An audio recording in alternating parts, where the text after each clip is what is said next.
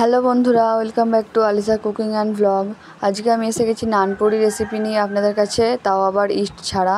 তো প্রথমে নানপুরির জন্য আমরা ডো করে নেব। এখানে আমি ময়দা নিয়ে নিয়েছি কিছুটা, তারপর ময়দাতে কি দেবো আপনারা দেখে নিন। এখানে আমি দিয়েছি লবণ, কিছুটা চিনি, তারপর আছে বেকিং পাউডার, বেকিং সোডা এবং 1 প্যাকেট দই। এরপর আমি ময়দাটা মেখে নেব। তো প্রথমে ময়দাতে দিয়ে দিলাম পরিমাণ মতো লবণ, আমি এটা হাতের আন্দাজে দিচ্ছি। এরপর দিলাম এখানে চিনি, এরপর দিলাম বেকিং পাউডারটা আমি বেশি দিয়েছি যেহেতু ইস্ট দিচ্ছি না। এরপর দিয়ে দিলাম অল্প পরিমাণে বেকিং সোডা দেওয়ার পর এটাকে এর উপরে দেবো আমরা সাদা তেল দেওয়ার পর এটাকে ভালোভাবে ময়দাটাকে মাখিয়ে নিতে হবে। দেখুন ময়দাটাকে আমি মাখিয়ে নিচ্ছি ভালোভাবে। মাখিয়ে নেওয়ার পর এখানে দেবো ওই 1 প্যাকেট টক দই। এটা আমি আমুলের টক দইটা নিয়েছি, আপনারা যে কোনো ব্র্যান্ডের নিতে পারেন। এরপর টক দই দিয়ে মাখিয়ে নেওয়ার পর দেখুন ডোটাকে এভাবে নরম করে আপনারা বেলে নেবেন। এরপর এটাকে ঢাকা দিয়ে রেখে দেবো 30 মিনিটের জন্য। 30 মিনিট পর আমি এখানে 4টে ডো কেটে নিয়েছি। দেখুন 4টে ডোয়ের আমি নানপুরি বানাবো, তো এটাকে বেলে নিই প্রথমে। তো দেখুন আমি এটাকে বেলে নিচ্ছি। ডোটা নরম কতটা হয়েছে বুঝতে পারছেন আপনারা। দেখুন এটা বেলার দরকারই পড়ছে না, হাতে করে বাড়িয়ে দিলে এটা বেড়ে যাচ্ছে। এইভাবেই আপনারা বুঝবেন যে আপনাদের ডোটা পুরো পারফেক্ট হয়েছে নাকি। দেখুন আমার ডোটা নরম হয়েছে বলে হাতে করে দিচ্ছি, তাই বেড়ে যাচ্ছে। এবার এটা কড়াইতে দিয়ে দেবো ভাজার জন্য। দেখুন আমি আরেকটাও বেলে নিলাম, এবার কড়াইতে দিয়ে দিলাম এটা। দেখুন এটা কত ফুলবে আপনারা দেখবেন কড়াইতে। আর এটাকে আপনারা বেশি কড়া করে ভাজবেন না, মিডিয়াম আঁচে ভেজে নেবেন এবং গোল্ডেন ব্রাউন না হওয়া পর্যন্ত কড়াইতে ভেজে নেবেন এটাকে।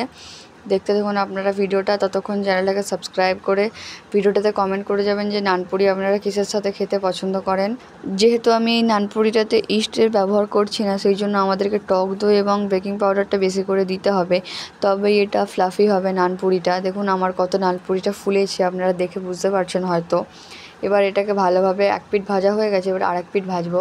আর আপনারা একটা টিপ বলে দিই আপনাদেরকে, টক দইটা আপনারা চাইলে ফেটিয়েও দিতে পারেন, কিন্তু আমি সরাসরি প্যাকেট থেকেই দিয়ে দিচ্ছি টক দইটাকে। এভাবে দেখুন আমি আরেকটাকেও ভেজে নেব। আর এই নানপুরিগুলোকে যখন আপনারা ভাজবেন এর ওপর থেকেও আপনারা এর ওপর থেকেও তেল ছড়িয়ে দেবেন, যে হাতাতে করে আপনারা ভাজবেন নানপুরিটাকে, তাহলে দেখবেন ওপর দিকটাও ভালোভাবে কুক হয়ে যাবে। এরপর এটা 1 পিঠ হয়ে গেছে, আমি এটাকে উল্টে দিলাম। এরপর অপর পিঠটাও ভালো করে গোল্ডেন ব্রাউন না হওয়া পর্যন্ত ভেজে নেব। আর আপনি যদি এখনও ভিডিওটা দেখতে থাকেন তাহলে চ্যানেলটাকে সাবস্ক্রাইব করে পুরো ভিডিওটা দেখতে থাকুন। শেষে আপনাদের নানপুরির ফাইনাল লুকটা আমি দেখাবো। তো এটাকে আমি আরেকবার ভালোভাবে গোল্ডেন ব্রাউন করে ভেজে নেব। এটা আমি সবগুলো দেখেছি তাই ভাজতে কিছুটা সময় লাগছে। এটাকে এবার আমি ভাজা হয়ে গেছে, এটাকে তুলে নিচ্ছি। দেখুন ভালো করে আপনারা তেল ঝরিয়ে নেবেন। এই নানপুরিটা ঘরে থাকা খুব কম এবং অল্প উপকরণ দিয়েই তৈরি হয়ে যায়, তো আপনারা এটা বাড়িতে যে কোনো সময় অতিথি এসে গেলে তাদেরকে বানিয়ে খাওয়াতে পারবেন। আমার আরেকটা ডো আছে, আমি সেই ডোটাকেও একইভাবে বেলে নিয়ে গোল্ডেন ব্রাউন হওয়া পর্যন্ত ভেজে নেব। আর আপনাদের নানপুরিটা ভালোভাবে ফুলবে যদি আপনারা আমার এই স্টেপ ফলো করে নানপুরিটা তৈরি করেন। দেখুন আমার নানপুরিগুলো দেখতে কতটা ফুলেছে এবং কতটা ফ্লাফি